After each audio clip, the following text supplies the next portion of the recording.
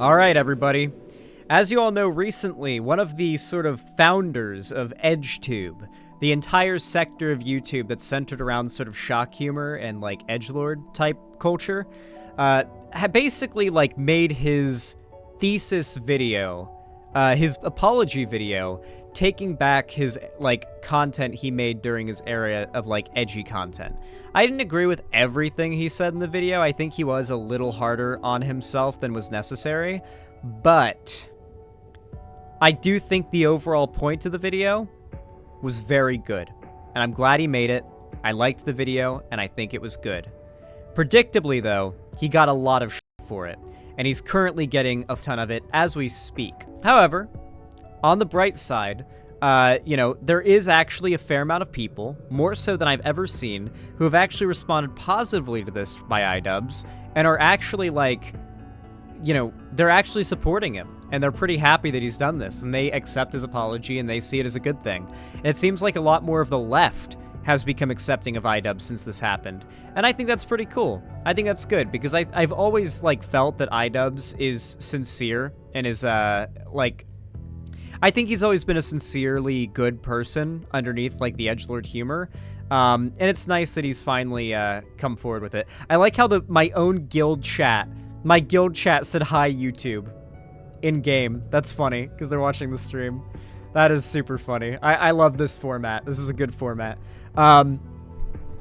Anyway, yeah, so basically, yeah. Everybody is having their own reactions to the iDubbbz video. And you can basically see who's dick riding the EdgeTube bandwagon based on, like, what their reaction is. And I do not know what Critical's reaction was. We're about to see it.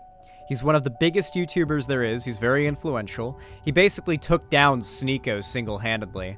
But here's the thing. All I know about this video is that it was controversial.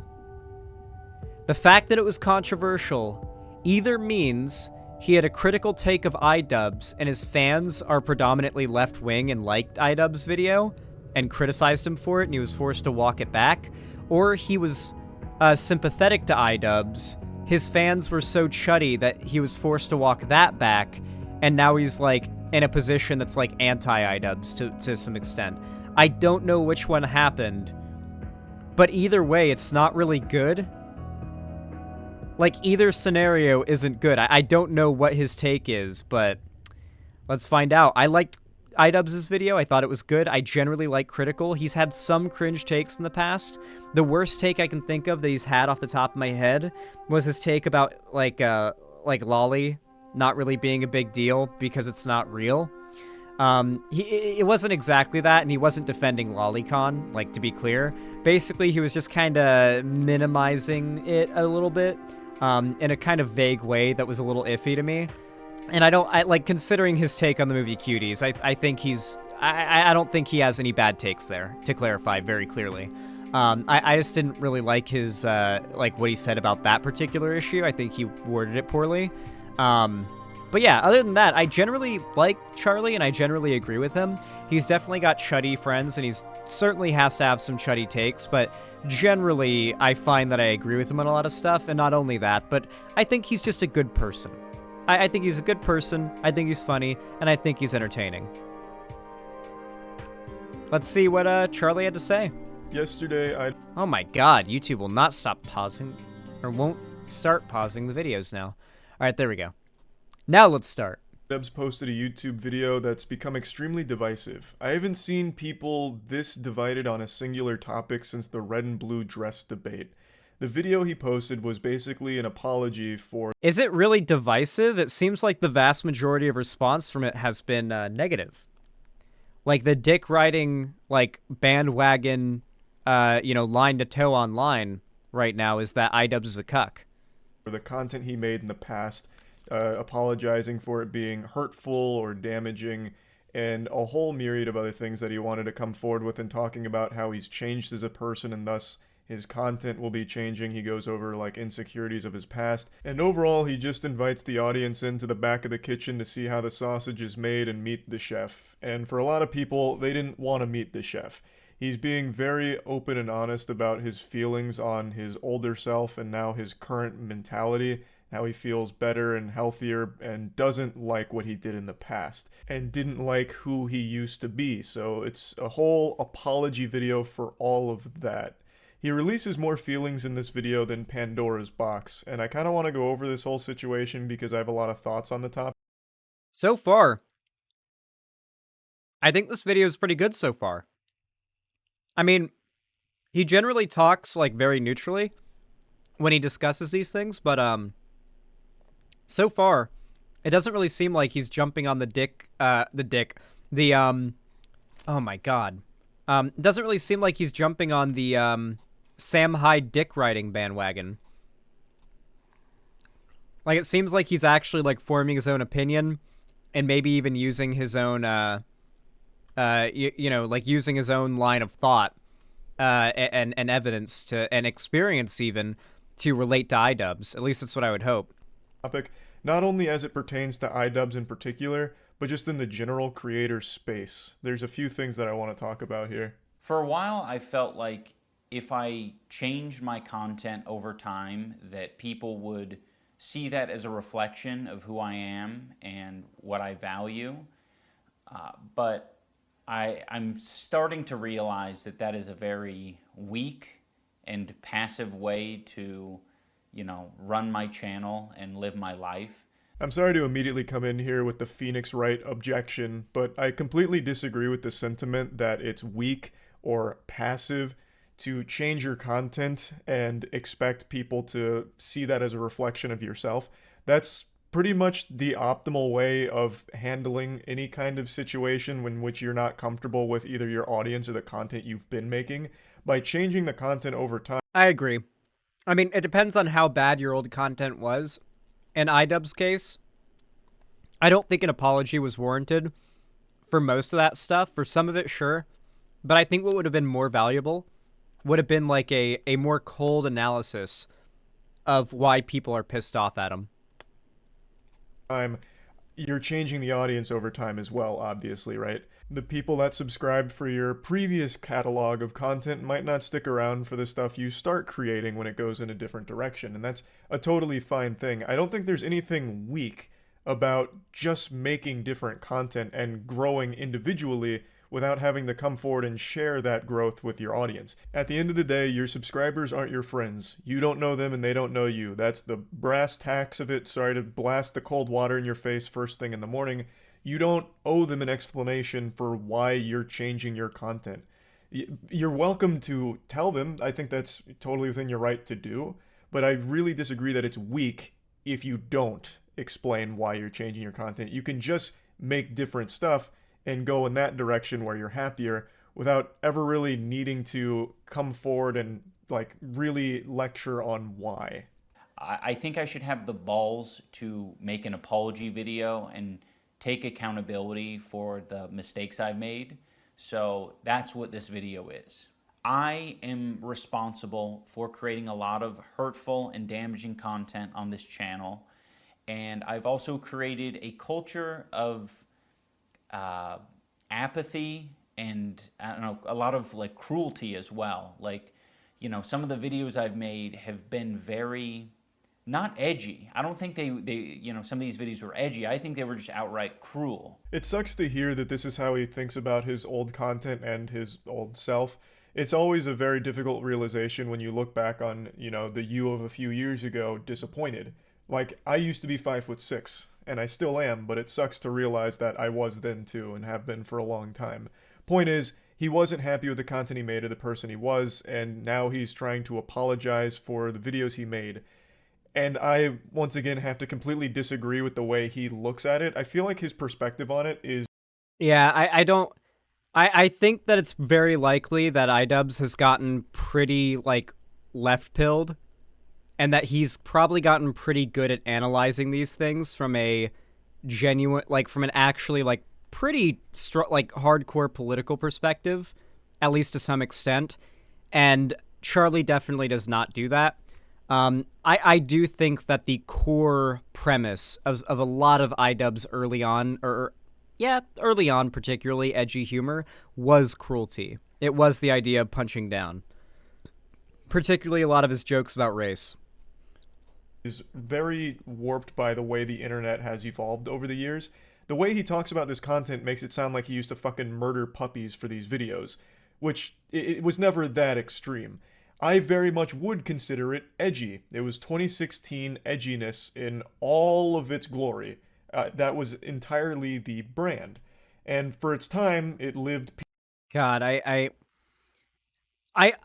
like that there's a term for it that you can refer to and people immediately know what kind of humor you're talking about. But I hate that it's, like, been sort of, like, in being labeled that kind of humor, it's been legitimized as, like, a genre of humor, quote-unquote. When 2016 edgy humor was mostly just dog whistling. Well, not mostly, but a lot of it was just dog whistling. Peacefully, you know, all four nations, water, earth, fire, air, live together in harmony with all this edginess going on.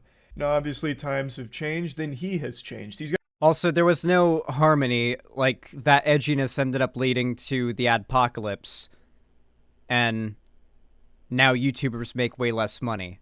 If YouTubers didn't do all that edgy shit and all that didn't take off and PewDiePie didn't drop the N-word on stream, we'd all be making a lot more money right now. Gotten older. He's in his 30s now. In your 30s, it's not exactly entertaining to just be spamming slurs for shock humor. I don't find that entertaining, and he doesn't either. So it's totally fine to want to distance yourself from making content like that, but I don't...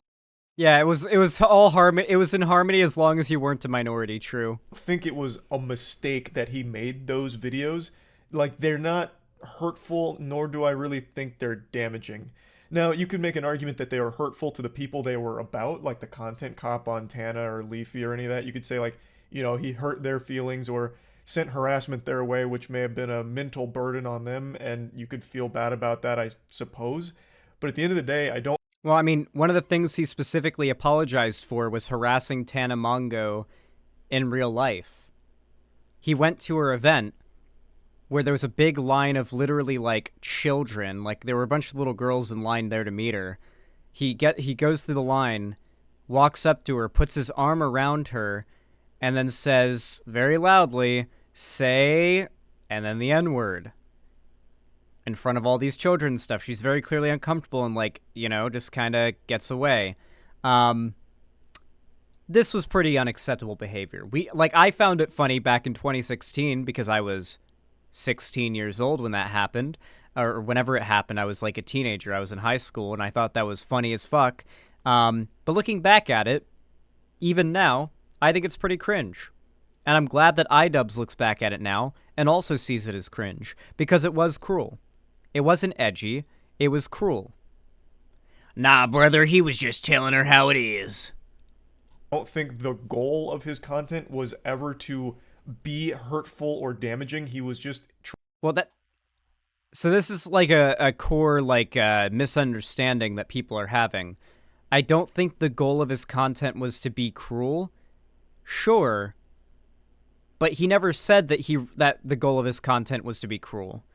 That's not what he said. He said that was the outcome. That's what it was. It was cruel.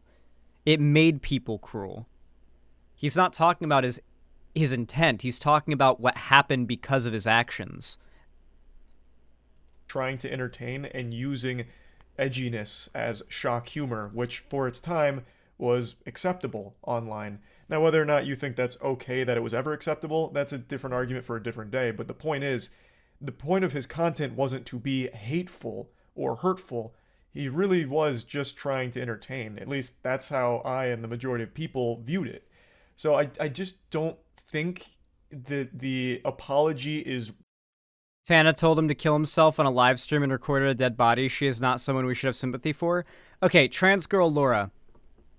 Telling someone on your... Okay, saying on your live stream that someone should kill themselves, and then responding to them doing that by going to an event they're doing in real life in front of a bunch of children screaming a racial slur, like, that is very different.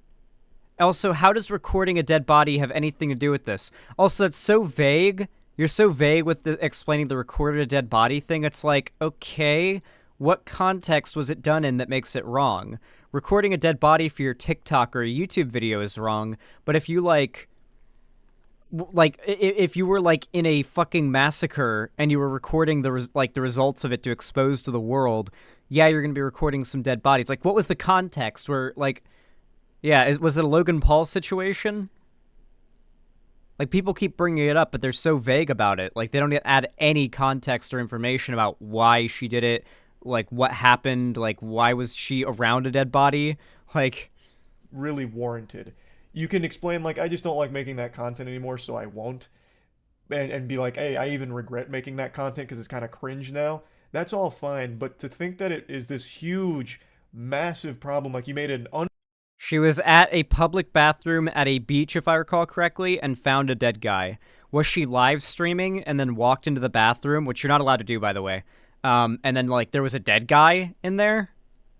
And it was just out of nowhere? Or did she just, like, see a dead guy and pull out her phone and start recording? She found a dead guy in the bathroom and put it on YouTube? Yeah, that's some scum behavior. Yeah, for sure. Doesn't change any of the, like, relevant stuff about iDubbbz, but, you know, still. Good to know. Unforgivable mistake is a little weird to me. So I don't want people to, get it confused about, where I stand. I have made some cruel, hurtful content, and I need to acknowledge that, and I'm really sorry that it's taken me this long to acknowledge it. The content I'm talking about specifically are content cop videos and videos where I was just generally criticizing people for very lackluster reasons and, obviously didn't have any accountability online whatsoever on my end. You shouldn't have to apologize for criticizing someone or something. Voicing your opinion on a subject is a total... Yeah, so this is just critical dick riding the like, iDubbbz has gone woke shit without actually saying it. This really just... Either that, or it just feels like Critical is just kind of the childish mindset. Like, he hasn't grown into, like, the type of person who looks back at his old ways as something to cringe at. In large part, it could also be because he was never really in that sphere, and so it was always just sort of something that was on the side to him, and he doesn't really see why it's a big deal. It's hard to say.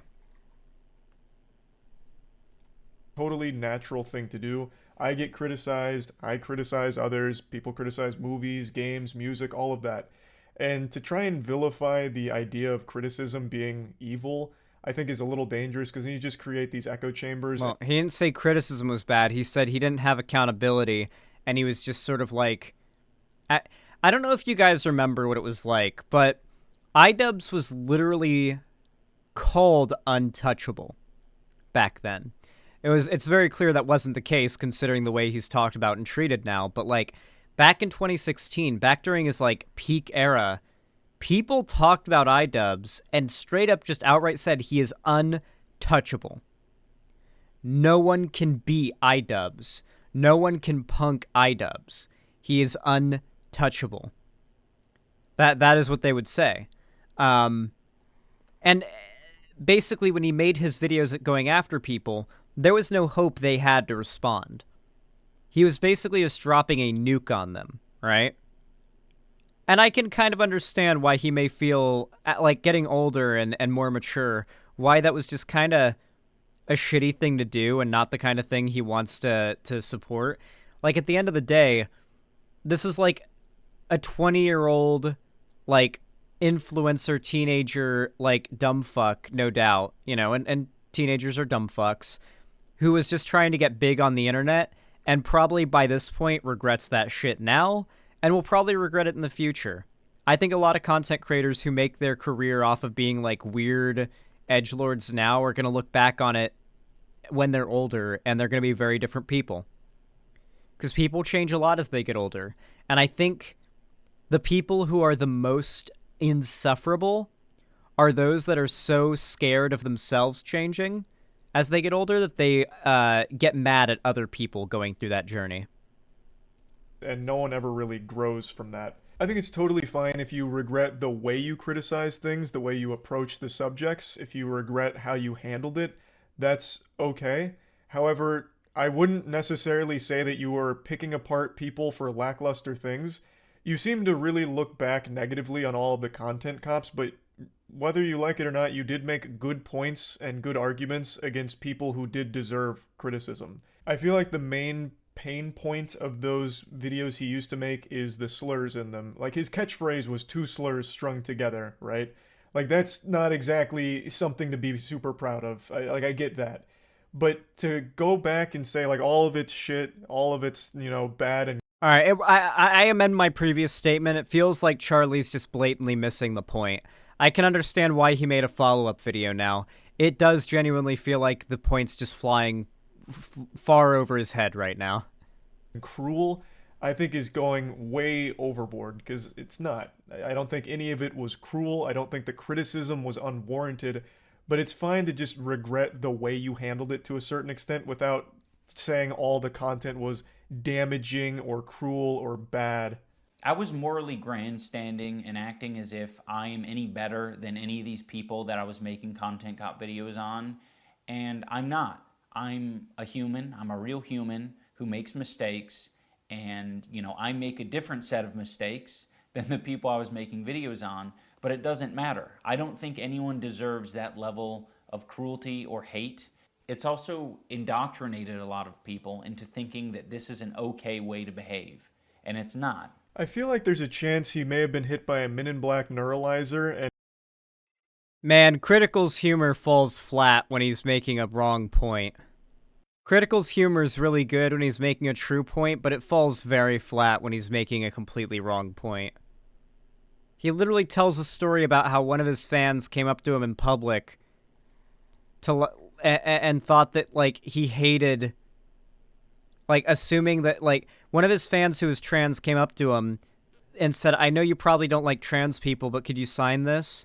I really like your videos." And he was like, "Wait, why would you think I don't like trans people?" Because the trans people that even liked iDubbbz's videos and like other marginalized groups that liked iDubbbz's videos assumed he was probably bigoted towards them, because how else could you hold the opinions and say the things that he says without being bigoted towards them? As it turns out, iDubbbz grew up and realized, oh shit, defending my use of the N-word in the way that I does gives off literally no other than impression other than I'm racist to the vast majority of people. And he grew out of it. and had his memories rewritten of what that content actually was, because I never got the impression from those videos that he was morally grandstanding or that he was trying to pitch himself as superior to them morally. He never really tried to make himself seem like he was better than them. In fact, he would multiple times point out like his problems as well, and even give them advice on how they could have attacked him better in response, giving them ammo if they wanted to use against him. It all seemed very self-aware, not from like a moral grandstanding perspective, but just you were lending criticism in a goofy way to entertain your audience as well as provide legitimate points for why these people are doing bad things or have done bad things. For example, making a content comp on Leafy and bullying him the same way he'd bully the people in his videos, right?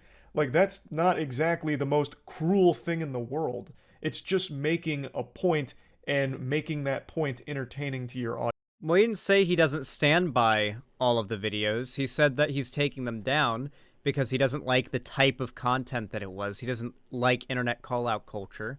I can understand that. I can see, like, getting into your 30s and being like, I don't want to be known as the guy that did the internet call-outs. Like, I can see that. But I'm sure he still stands by his, like, negative... He literally said he doesn't like many of the people he did those videos on, but he doesn't stand behind, like, the negative sort of culture that he created around those videos. I said this last time I talked about this, but prior to, like, iDubbbz blowing up with his content cop videos and, like, the drama community blowing up shortly after and around that, YouTube was a much less combative place. There was drama and there was, like, shit going on and there was, like, cattiness for sure, but, like, there was much less YouTuber infighting before the whole, like, call-out culture of YouTubers and the drama community and, like, the blood sports community kind of got big and sort of got birthed in around 2016, 2015. There was just a lot less, like, internet food fights, for lack of a better term. Audience.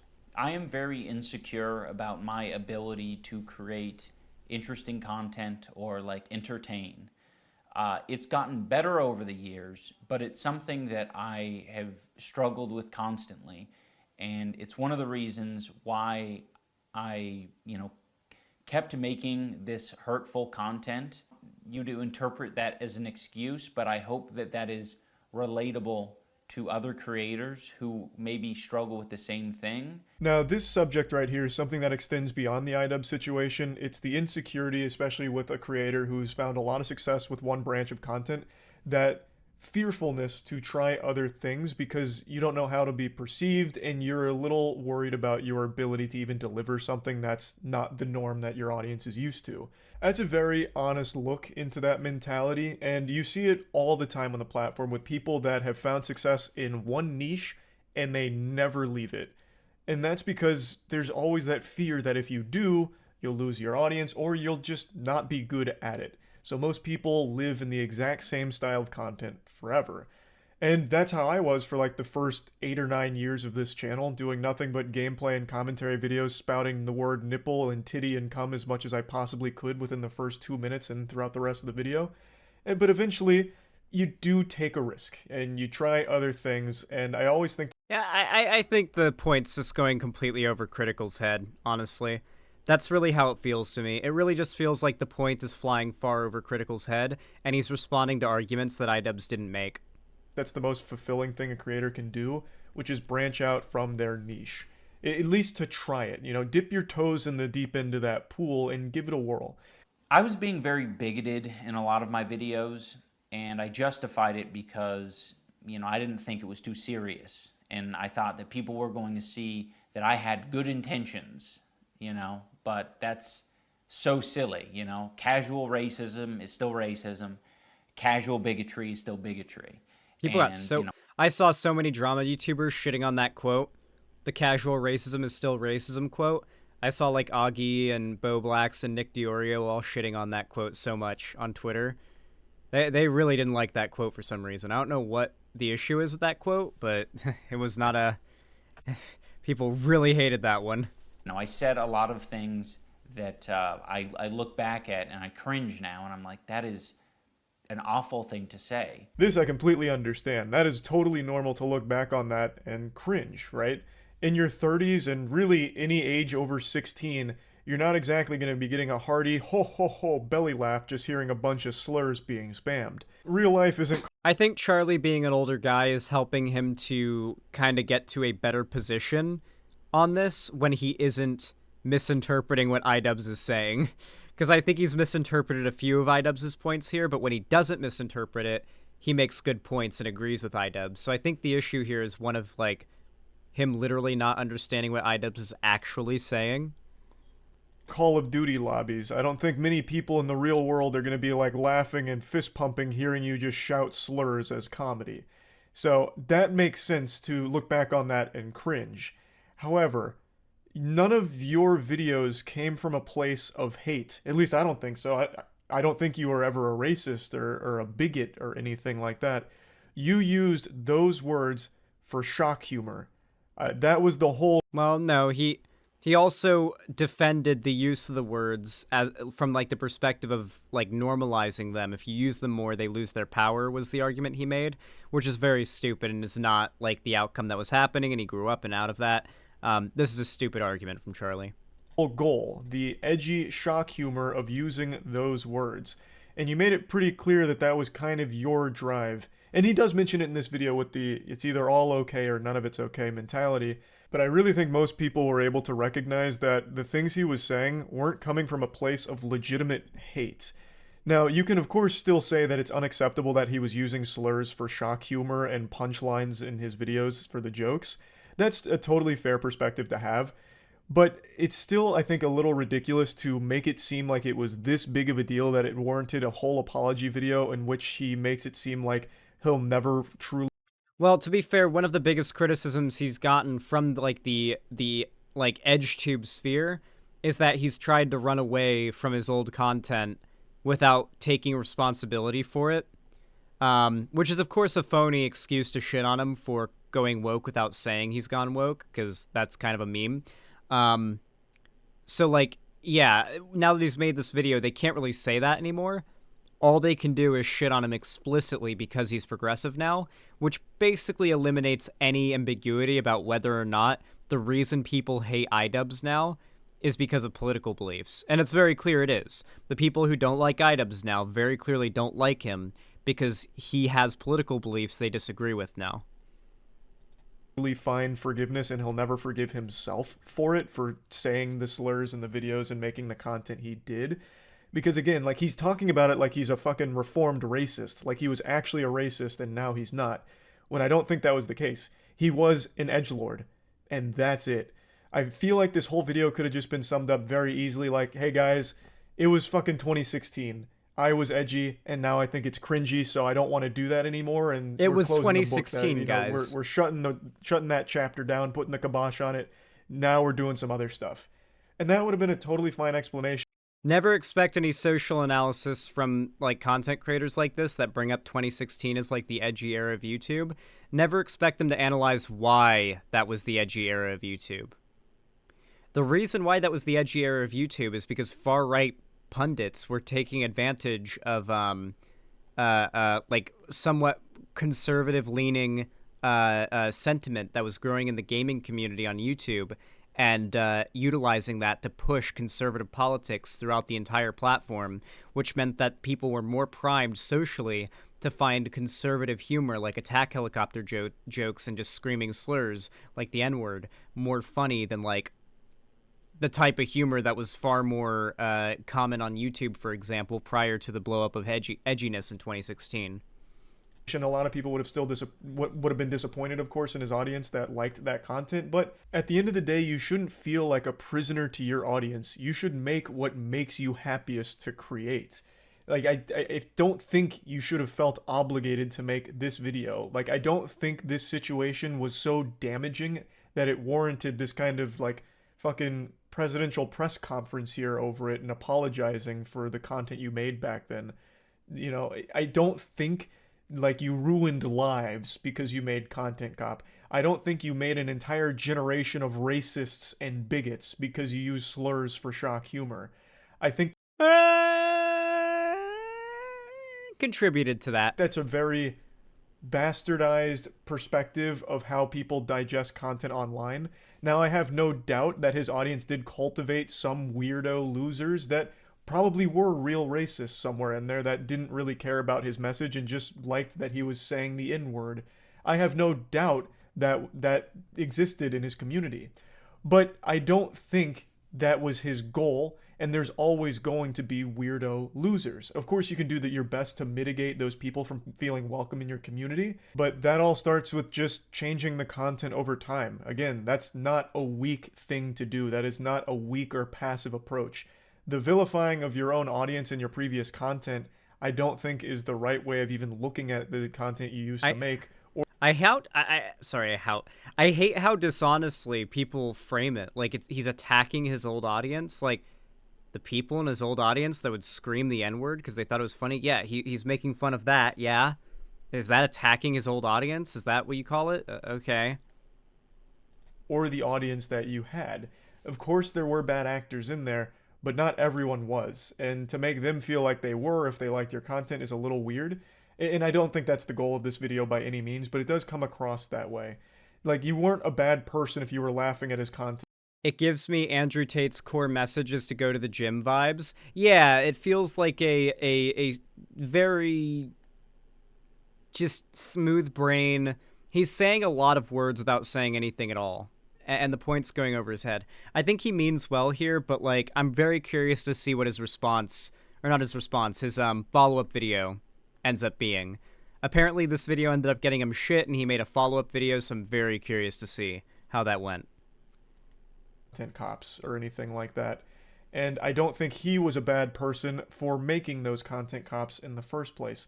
I shouldn't be able to just make an apology video and walk away from it. This is something that I should live the rest of my life with, and I expect to.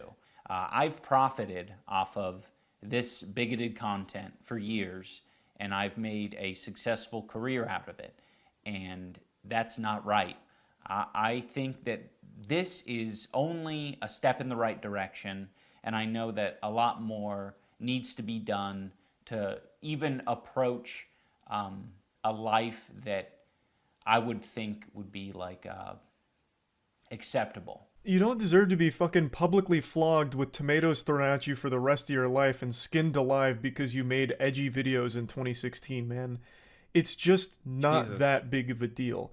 It feels horrible hearing this from him, knowing that it weighs so heavily on his mind that he made these videos, so he feels like he's a real piece of shit for doing it. You just made edgy YouTube videos. You didn't ruin anybody's life. You didn't create a fucking army of racists and bigots. I mean, I think he has a reason to feel like he might have, considering the fact that a lot of the people who call themselves ex-iDubbbz's fans are the very people attacking his wife, calling her, like, I mean, this is more around misogyny, but calling her a whore and a slut and calling him a simp and a cuck for dating a sex worker. These are people that consider themselves like ex-iDubbbz's fans. I think that's a very clear indication to him that his old content was creating an audience or fostering an audience of people that he did not want to be catering to. So yeah, I think he had plenty of reason to think that. The content itself isn't bigoted content either. You used edgy shock humor. And I don't think that makes you a bigot that you're going to have to atone for those sins for the rest of your life over.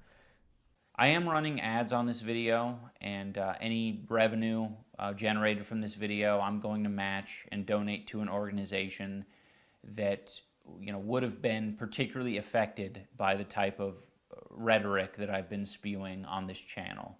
And again, this isn't the end of what I'm doing. This is just the start. You'll get no complaints from me here. I'm always on the side of helping people, so anything charitable, I'm always for. Though I don't think it was necessary or anything, I still think that's a nice gesture regardless. But he uses the word rhetoric here. And that again makes it sound like these videos were coming from like a legitimate racist, which I don't think they were. It really feels like Charlie is opposed to the idea of there being more to comedy than the idea of making people laugh. The idea that, like, comedy isn't supposed... Like, I'm sorry, but the best comedy, at least in my opinion, I mean, comedy's the most subjective thing ever, but in my opinion, the best comedy is, like, for example, with stand-up, the stuff that makes a point, you know? Like, I always love George Carlin's rants. That's literally he's my favorite comedian. That's just the top-tier comedy shit for me, is George Carlin rants. George Carlin's rants are really, really funny. They're oftentimes very ridiculous. He'll be very, very over the top in his rants, and that's a big part of the humor, right? The yelling, the colorful language, but also the fact that he's usually making a good point most of the time. One of my favorite bits that he did is his rant about stuff and shit. How your entire life you're just accumulating stuff and trying to create a bigger space to keep all your stuff. But then when you go to another person's place where they're keeping all their stuff is shit. Other people's stuff is shit, but your stuff is stuff. But to them, your stuff is shit, and their stuff is stuff. It's a really good bit. But like all the best humor, in my opinion, is trying to make a point in a comedic way. And that is what iDubbbz would do. Make a point in a comedic way. And iDubbbz disagrees with the points that he was making in those old videos, at least some of them. I really don't. At least I don't want to believe that iDubbbz used to be a racist and he was using that to try and, propel his beliefs forward. He really it seems like he was really just using these words as shock humor. Which is cringy, sure. Very cringy, and that is absolutely fine to point out. But it doesn't strike me as something that was genuinely ruining people's lives hearing that kind of shit. It's just kind of like an eye-rolling thing to look back on now, like, ugh, that's fucking lame. And that's really it. I just don't think it goes too much deeper than that. Like I said, I have no doubt there really were some dangerous weirdos that did hold dangerous beliefs in his community, but I don't think he made them. I think they were there when they found his content to begin with, and Where do you think weird, dangerous weirdos with weird, dangerous beliefs come from, Critical? I feel like a lot of normies act like, or sort of assume that political ideologies are just sort of inherent. And that's usually because they're morally lucky. Like, a lot of them just sort of lucked out into their own political positions and just kind of fell into them due to their upbringing and their life experience. But, like, my dude, people aren't born racist. People aren't born homophobic or transphobic. That's taught.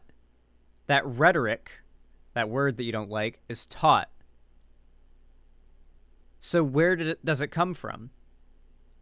A reasonable argument can be made that a lot of people got it from YouTube.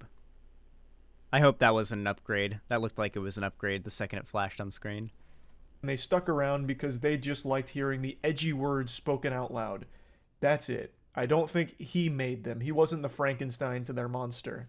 Now, I don't want to just keep dissecting every single piece of the video here. I want to kind of branch this out into a broader talking point about when a creator starts to resent the audience and community they've fostered. Because that's fundamentally what's happened here. iDubbbz has grown up now. He doesn't like what he made when he was younger, and he doesn't like the audience that he made along the way, along the journey. Are we just ignoring the fact that that like these people have been harassing him and his wife and like with the most horrific shit for years now? Are we just gonna pretend like that didn't happen, that all these people like proudly call themselves ex-iDubbbz fans who are doing this because he no longer represents their values?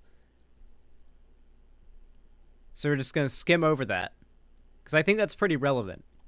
He mentions a couple of times in the videos like some of these eureka moments where he's like, man, this is really play him. I want to see your reaction to the trans fan clip. Fucking frustrating the people that are in my audience. Well, he doesn't blatantly say that, but he tells a couple anecdotes about, you know, going to conventions and meeting fans and it being kind of like this mirror held up to him that he didn't like the reflection of. And that's a very interesting and unfortunately pretty common thing to have happen online, where someone spends a long time building their brand and building their audience. And as they grow, they start to really resent the audience that they have. And usually this comes in one of two forms, where you have someone like Darkside Phil. I've used him as an example before, but he has an audience that he doesn't seem to really like, but he needs them because they pay his bills. So he has to constantly keep doing the same things in order to keep the lights on. And I imagine he feels trapped by his viewers because he has to keep doing this song and dance in order to get the money from them, but doesn't like what he's doing. And it also happens to other creators as well, who spend a long time building their identity online, but they don't like what they're doing and they don't like the people that are watching them. So then they try and make some kind of change and then get eaten alive by their community, which only further reinforces their Basically what he's doing right now is calling iDubbbz a lolcow, is what he's doing right now. I did not expect that, but that is essentially what he's doing. Disdain for them, which leads to a really toxic community where everyone's at each other's throats. There's countless examples of that. Point is, that experience online is all too common, and when it does happen, a creator's left with a choice. They either just suck it up and keep making the shit that they clap for, even though it doesn't make them happy and they don't like the audience that's clapping for them, or they try and change the content and grow a different kind of audience, which is always the scarier option. That's always the more uncertain one, because maybe no one likes it, and now you've lost that audience you've built up, and now your career's in jeopardy. You might not be able to keep the lights on by doing this career anymore, because now you've alienated them, gone in a different direction, and it hasn't worked out. So the majority of creators in this position just kind of suck it up, rub some dirt in it, and just keep doing the same shit over and over, even if it makes them miserable. And that's why you'll see a lot of creators burn out. So I'll always respect the creators that choose the harder path here. Oh god, that was hard to listen to. That was a really hard video to listen to, because, like, the point went completely over Critical's head. He very obviously doesn't know what he's talking about. His, like, understanding of the politics that are, relevant to this issue is very clearly, tenuous. And it makes it really frustrating, because I like his content, and I find him generally reasonable, but not a great take on this issue. He did, however, follow it up with another video called Huge L Take. Apparently, this is him responding to criticism that he got following the drama, or following putting out that video. So I'm really curious to see what his follow-up was about. Well, now, hold on a second there, partner. Why don't you step into the... I'm curious if he got shit from the right or from the left. Like, people who like Ethan on the left, or people who... Or, not Ethan, iDubbbz on the left, or people who hate iDubbbz on the right. Who's he responding to here? The Huge L Take thing implies it would probably be conservatives, because they usually like to say L and W. Saloon here for a little chit-chat. I've noticed we've got ourselves a little bit of a sour hootenanny on our hands here after my latest video on the iDubbbz situation. It's being hailed as a big L take from old Charles White here, and in the cyberspace, an L take is criminal, and the punishment for the crime is 1,000 different labels. So, there's a lot to talk about after the latest upload, so let's just go ahead and dive into it. I gave my opinion on the iDubbbz apology video, same thing every single person in the world with a keyboard has done over the last 24 hours, and this isn't shocking new content for me. I pretty much opine on everything everywhere that happens on the internet, even if it's like fucking 30-year-old drama from an extinct MMO that I found on a subreddit last week. If I find it either entertaining or if I have a lot to say about it, I'll usually make a video on it just because I kind of treat my channel like a diary, so I vomit out my thoughts. And not everyone's going to agree with them. And people shouldn't agree with everything that I say, because everyone should be their own individual. For a long time now, I've said how dangerous I feel echo chambers are, so I've never wanted my channel to become one of those. And I don't think it Charlie's like a mega centrist and falls into a group of people I feel are one of the biggest like hurdles the left has to deal with. There are a lot of people who feel sort of intuitively that if there is a fight between two sides on an issue, then the obvious answer must always be a compromise in the middle. And that if you're hard line on one side or the other, this makes you an unreasonable, sycophantic, just true believer who doesn't actually evaluate your beliefs, and you just follow what the tribalist like bubble you're in follows. That is essentially South Parkism. Not even that, honestly. That is the idea that, or the political thought process that Charlie lives by. He does not like the left, really, because he sees the left as an echo chamber of these, like, crazy progressive woke beliefs about cancel culture and stuff. And he sees the right as a crazy echo chamber of people who, like, are super racist and homophobic and stuff. And he believes that the correct position to hold is somewhere in the middle. The problem is that crazy right-wing side of things has spent a lot of money, like, a lot of fucking money, and time, and a lot of their positions of power have been dedicated to creating a idea of the left side of things that is inaccurate. That perspective that Charlie has of the left is painted by very subtle propaganda that the right has astroturfed into the online sphere over a long period of time. A good example of this is like Ben Shapiro. Ben Shapiro has before he really blew up, he was like a nobody, but he was actively astroturfed into his position of power due to his connections with people with lots of money, particularly oil interests that are big behind the funding of Daily Wire. Ben Shapiro went from being just the short, like, fast-talking conservative pundit to becoming a meme that was like going on PewDiePie's channel to do a meme review episode. Like, PewDiePie literally brought in Ben Shapiro for a meme review episode because that's how big of a meme Ben Shapiro was. Like a non-political, just like innocent meme. Like, oh, it's Ben Shapiro, the funny talking guy, right? Like, he was seen as just like an innocent sort of boomer political pundit was how he was seen. You guys didn't know about the PewDiePie Ben Shapiro collab? I'm not even joking. That's real. But yeah, like basically, these right-wing ideas were popularized, or these ideas, I should say, this negative perspective of the left was popularized by the right, spending so much time, energy, and money in creating a false view of the left. Another good example of this is the anti-SJW community in Gamergate.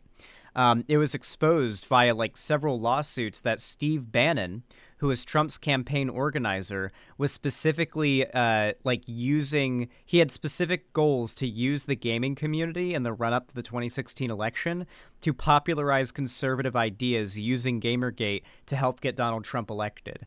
And it has since then become a pretty reasonable perspective to say that Gamergate got Donald Trump elected, especially when you consider the trajectory that Republican presidents had been on, like when it came to like votes.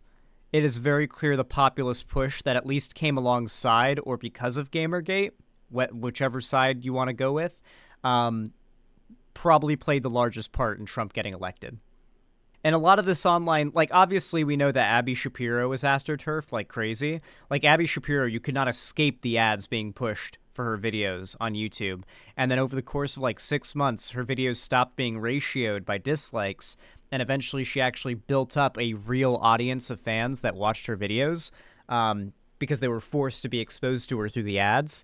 But only these right-wing media organizations have the money to literally pay to run ads nonstop on YouTube until you get to a few 100,000 subs to make you a career on YouTube.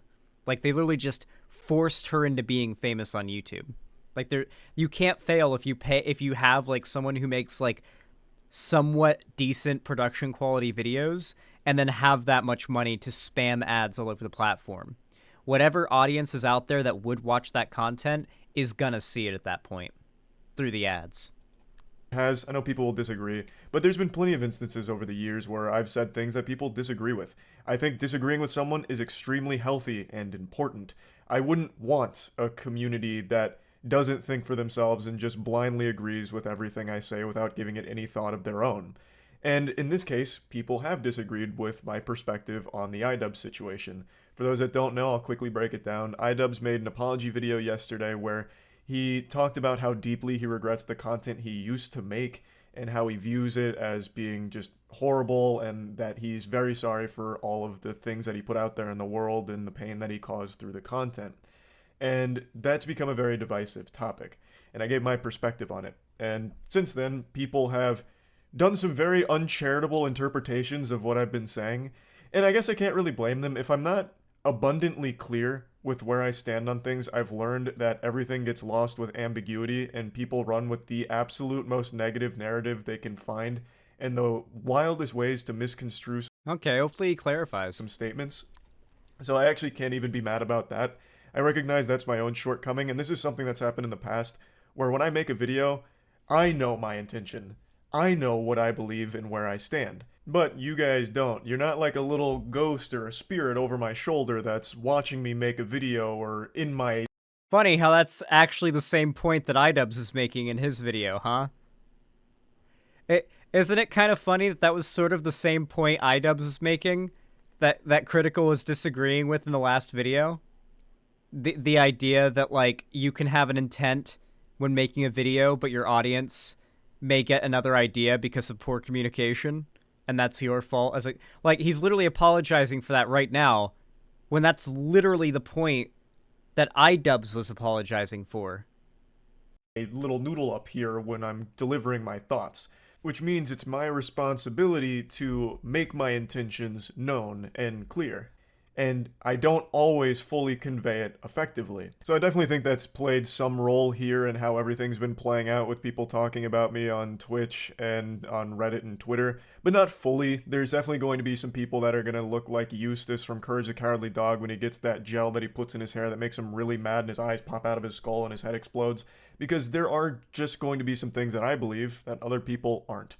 And that's okay. But what I don't appreciate and what really gets my ass twisted is people labeling me horrible things on a complete misunderstanding of what I actually believe, or them just making up things that I believe, or putting their whole ass in my mouth and filling it with words that I've never said or even came close to trying to express. So let's get into it. By far the biggest thing I'm seeing from the online discussion around my video is people saying that I was attacking iDubbbz for trying to grow, and that I wanted him to stay in that 2016 edgy era. And my take was that of a 30-year-old man with a 15-year-old's brain who still giggles and loves edgy humor from yesteryear. When nothing could be further from the truth. A, I'm not 30. I'm 28 years old, and fucking shame on you, you disgusting swine, for insinuating that I'm pushing 30. I'm 28 years young. And B, it makes me feel like you didn't even bother watching the video, because I don't know how that could even come across at all. I'll quickly just play a small snippet from the end here, which I imagine a lot of people talking about this didn't even get to. So I really feel like throughout the video I made it clear that the edgy shit is lame and cringy. And that's something to absolutely regret. Now, obviously, times have changed, and he has changed. He's gotten older. He's in his 30s now. In your 30s, it's not exactly entertaining to just be spamming slurs for shock humor. I don't find that entertaining, and he doesn't either. So it's totally fine to want to distance yourself from making content like that. And that I was also supportive of him wanting to change and grow his content in a different direction. I still do respect that he didn't like what he was doing, so now he's doing something that he likes more. Even though it is coming at the risk of losing his audience, he'll find happiness in the content that he makes going forward, and maybe he's happier with the new audience that he potentially cultivates through all of it. So I had a whole section. My main disagreement with Critical's last video was that it seems like iDubbbz's point went over his head. It seemed like he was responding to points that iDubbbz didn't make, which I recognize that as being the case. I recognize this as being a miscommunication issue. But, like, if you're not someone who communicates for a living, you know, or the average YouTube viewer, then you're going to see that miscommunication fuck-up, you know, as dishonesty or a word game, and possibly assume the worst. So I imagine that's why so many people got upset at him for that. In the video about how important I find it that content creators branch out. Instead of just living in a niche and staying locked down by their audience and their expectations, how they shouldn't just keep doing a song and dance that doesn't make them happy. They should be trying to grow and change as a person and as a content creator and changing their content. I had a whole fucking section about that, talking about it outside of even just the iDubbbz perspective here. So I don't really know how that one got so fucked up here with this whole discussion around my video. The point of my video was never to attack the idea that someone growing and regretting things they've done in their past is a bad thing. I really thought I made that clear, but I must have missed the mark since so many people are saying that the whole core component of my video is to attack the fact that he's apologizing for personal growth and doing things that make him happy. Which I never meant to convey, and if that's what came across, then I'm sorry that I missed the mark so drastically. I really feel like multiple times I called out that it's completely normal and fine to regret the shit you said in those videos and want to distance yourself from that content in general. Like, that makes a lot of sense, and I talked about him making different content that makes him happier and how that's great. Like, you should never feel like a prisoner to your audience to keep delivering something that doesn't make you happy. That was one of the broader talking points I used in that video, but people are acting like I never said that and that I wanted him to stay doing the same shit from 2016, which of course I was never arguing for. Now, the next biggest thing by far is me saying that I don't think the apology was warranted. Warrant maybe wasn't the right word, since that's the one a lot of people are really like underlining and highlighting and giving me an F on the book report for. So to explain what I meant, when I'm saying I don't think the apology was warranted, I'm saying I don't think him being a product of edgy internet culture is necessarily something that should have been weighing on his mind so heavily for the last fucking 7 years that he's lived with this constant guilt, this burden on his shoulders where he's feeling as though he created. Wait, he wasn't a product of edgy internet culture back then. He was a creator of that era of internet culture. The internet literally regards him as one of the founding fathers of that type of internet culture on YouTube. Obviously, that type of stuff existed before that. I'd say, like, you'd find that sort of thing on, like, Tosh.0 before even the Filthy Frank channel blew up. or like iDubbbz or MaxMofo or anything for views or any of them, or like even How to Basic or whatever. But like, I think it's pretty different. Like, I don't think he was a product of the edgy internet back then. He was a founder of that type, a pioneer of that type of edgy humor on the internet. And that type of edgy humor on the internet created a culture that the right took advantage of in order to radicalize people into believing the things that it was just a joke to believe when you were watching iDubbbz. Edgy internet culture. The way he talked about in this video really made me feel very bad for him, that he's had this kind of looming disgust at the man he used to be because he partook in edgy internet culture, which wasn't just him. His channel wasn't the genesis of edginess. He didn't create it. He was molded by it, like fucking Bane from Batman. And I feel as well, no, I think he was already a grown man. I think he made his content, and I think he had a lot of ideas that were his original ideas, and he made that content and basically paved the road for a large amount of what you would consider to be edge tube culture to this day. Though the content he used to make did have a message, he wasn't coming from a place of genuine hatefulness. I don't think he was ever like a real racist or an actual bigot. So when I said I don't think the apologies warranted, what I mean is I don't think what he did was so damaging and scarring to the online space or individuals that for 7 years he's needed to carry this guilt where he felt obligated to finally apologize for it. If people really thought he held these racist, bigoted beliefs, I don't think many people would have been signing up for Creator Clash 1 and 2, right? Like, this is the first time he's publicly acknowledged it and fully apologized for it. He's, of course, talked about distancing himself from it on podcasts, but this is the first time he's really owned up to it publicly. But I think most people knew he wasn't like this evil, racist person. Well, it's also sort of a gotcha now, because people can't claim that they're mad at him for anything other than this idea that he's gone woke now. So what I was saying is I just don't think what he did gave a ton of people the impression that he really was a horrible, racist, bigoted person. Now, I used the word obligated to apologize just a moment ago. And that's what I went into the video thinking the motivation was. Like, you know, after all this time, people pointing out, like, the use of slurs in those videos have made them age fucking horribly. You know, this isn't acceptable. You know, it's time you own up to your past sins. That's what I thought it was. But after listening to what people have said since I posted my video and diving a bit more into, like, the actual discussion in general online, I failed to really understand that maybe iDubbbz also treated this video like a diary where he just wanted to get everything off his chest with how he feels about it.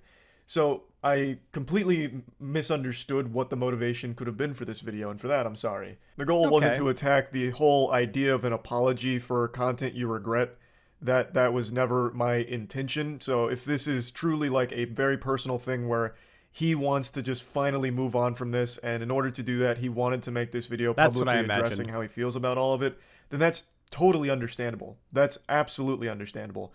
And I may have had like the wrong lens of viewing the video in the first place, since I may have got the wrong idea about what was even driving the video to begin with. But now I do want to explain, I still do believe that iDubbbz was never a bad person for the content cops he made.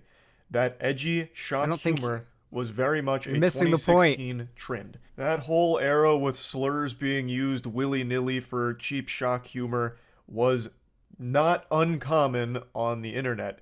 And I don't know why people think that I'm trying to harken back to the glory days of being able to use a bunch of slurs all over the place. I've never fucking said that. I think in the last video, what gave people that idea is I said 2016 era shock humor in all its glory. So they thought that I was trying to celebrate the golden days or something. But I've never, ever spoken... So the reason why this is an issue, and if I was talking directly to Critical, I'm going to try to, like, imagine myself in an imaginary scenario, okay, where I've lucked out. Critical has come into chat. He's just showed up in my YouTube chat. He found out I'm watching his video, and he wants to come on stream and talk to me. So I get him on Discord. He's here. He says, "Hey man, what's up?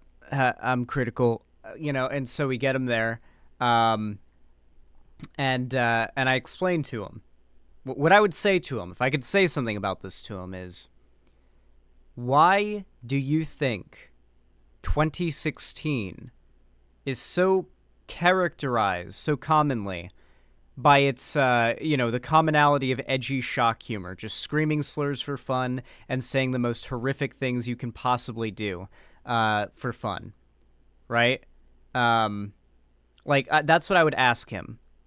That is what I would ask him if I could talk to him. And I would assume he'd say, I don't know, because it was popular or whatever. And I just keep asking him, why at that time was that type of shock humor so popular? Why was it like that in 2016? And the truth is, the reason why it was like that in 2016 is because so many public figures made it that way. Some were genuinely far-right bigots who saw the obfuscation as a way to shield their true intentions, and some just saw it as like, oh, it's a free-for-all. I want to say slurs because it's funny, and I don't want to be censored from doing that, so that's what I'm going to do. And both these sides, just like they do nowadays, frankly, it's just a new era of the same thing. They fight with each other, or they fight side by side despite not really agreeing, principally and morally, on much, basically because they can use each other. Like the edge tuber types use the sincerity of the far right to add to the humor of their, disaffected sort of edgy humor, while the far right uses the insincerity of edgelord humor to mask their, sincere far right opinions.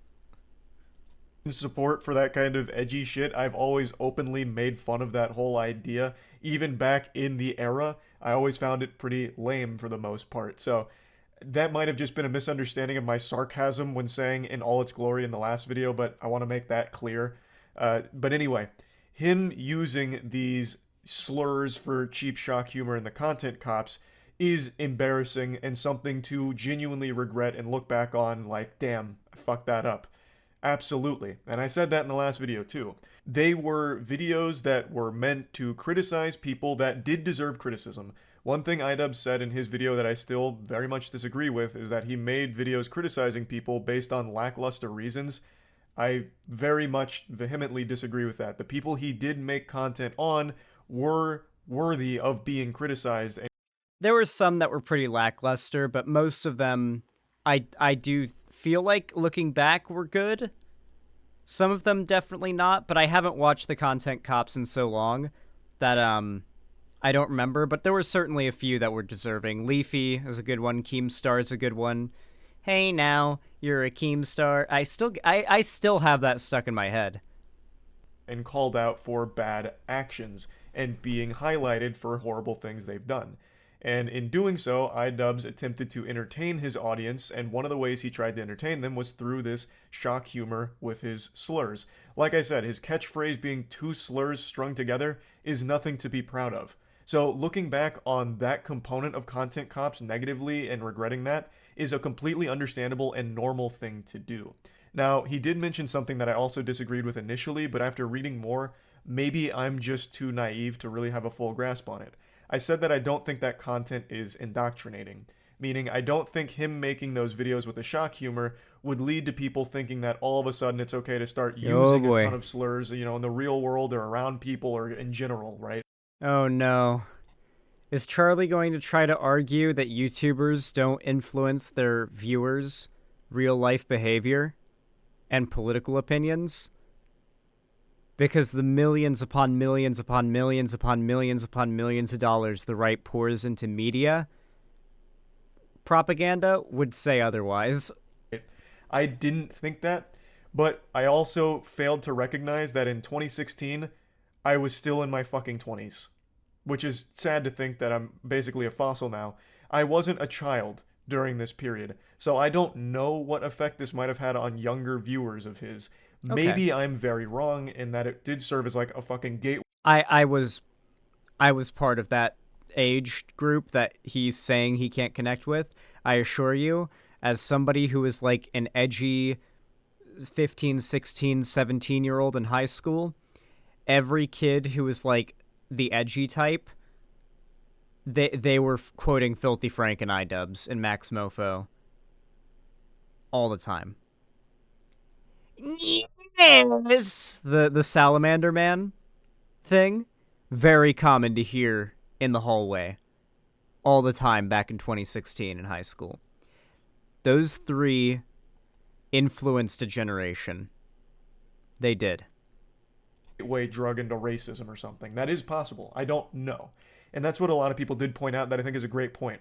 I was already old enough to recognize that he was never advocating for legitimate racism or bigotry or anything like that. That was never his message.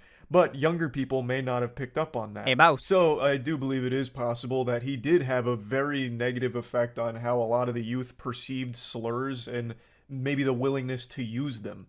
That is possible, and I'm sorry that I didn't consider that angle. Okay. I failed to realize that I was still See, I do think Charlie is like a well-meaning and even smart person. I just think that he's very dismissive of politics, and when you're dismissive of politics, when you do comment on politics, you feel like you're the shit and you know what you're talking about, but you end up revealing the fact that, like, wait, ignoring politics and trying to avoid it typically makes you very unknowledgeable about them. And when you do eventually give your opinions on them, your opinions are usually uninformed, poorly thought out, and flawed. pretty fucking old when the content cops were, hitting the cyberspace. So obviously, if you inadvertently became a lightning rod for real racists, that's fucking horrible. Now, I do still believe that his Content Cop series was not a cruel series.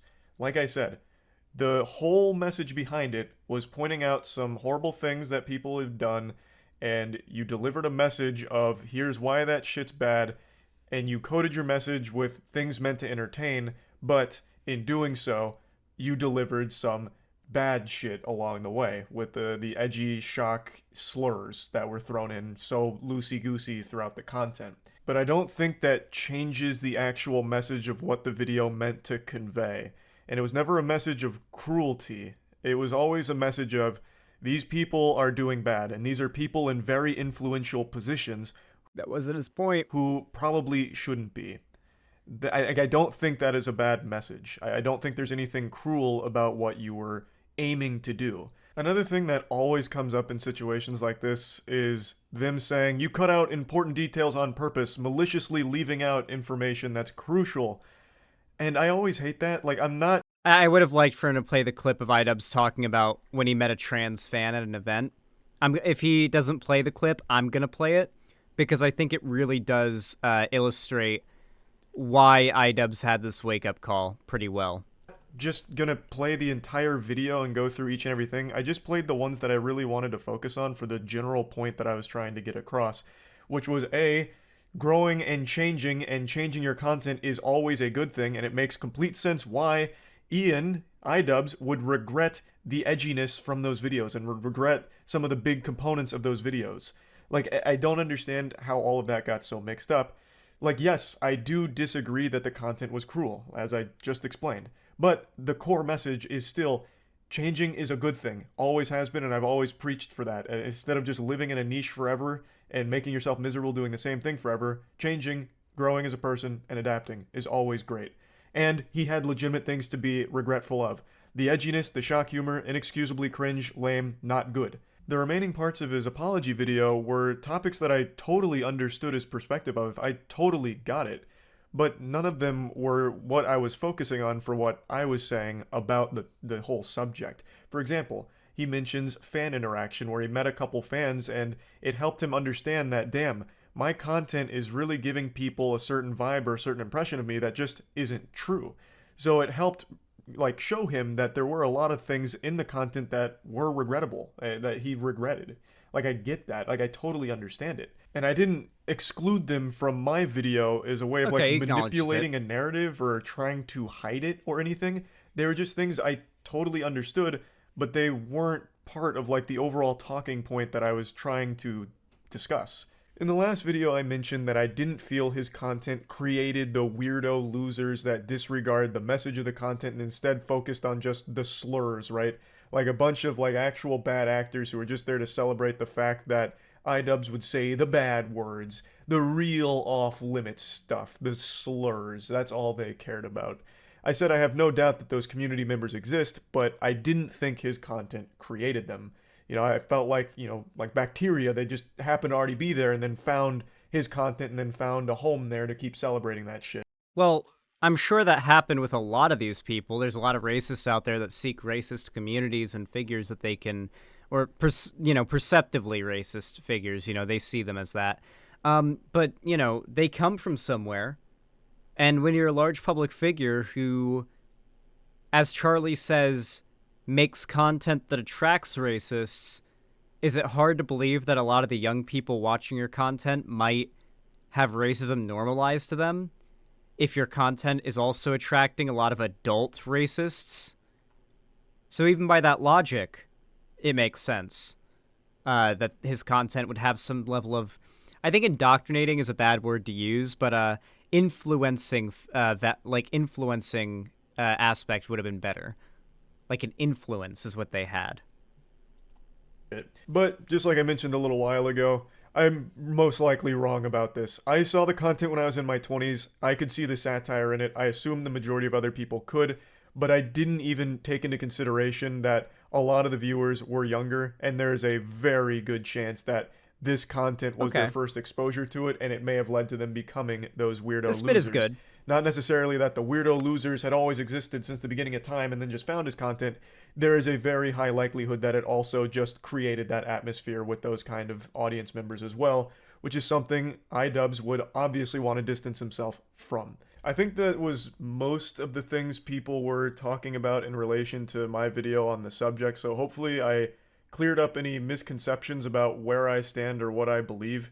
And I'm sorry if things got real lost somehow. I want to make it clear once again, I was never attacking iDubbbz for apologizing for regretting his content or for wanting to change and grow and do different things. I really thought I voiced support for those things, but I must not have done it effectively. So that's on me, and hopefully this gave all of my perspectives on it much more clarity. That was a good video. I think he still missed on a couple things. I think the main issue is that it really feels as though Charlie is just not very politically educated or like sociologically educated. Or I should say, that sounds insulting and like I'm speaking from a high horse, because that's not what it is. No. That's not what it is. In reality, it's that like Charlie isn't as politically like terminally online as a lot of us are.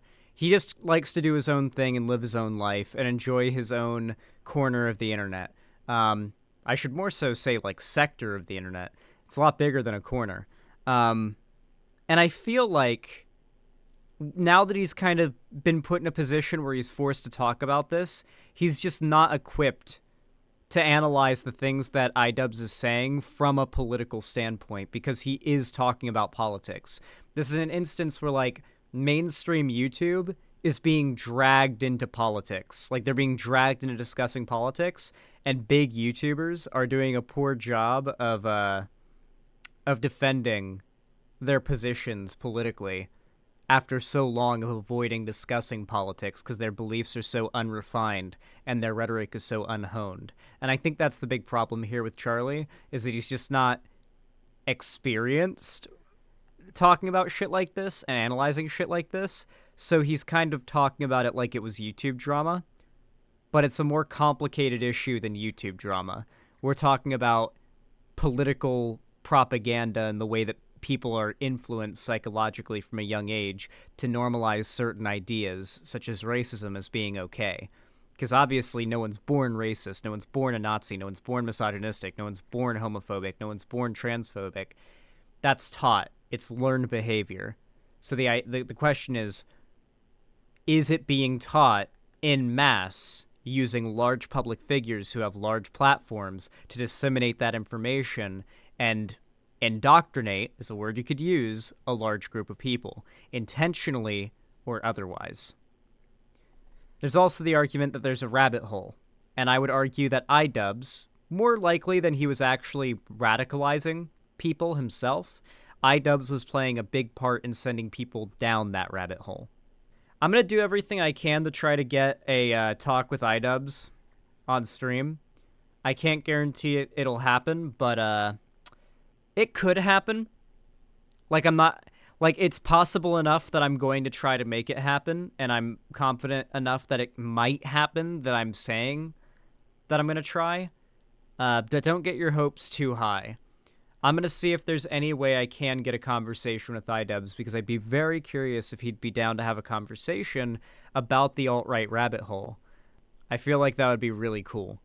I feel like that'd be a really good convo. So if he sees this, then he knows there's an open invite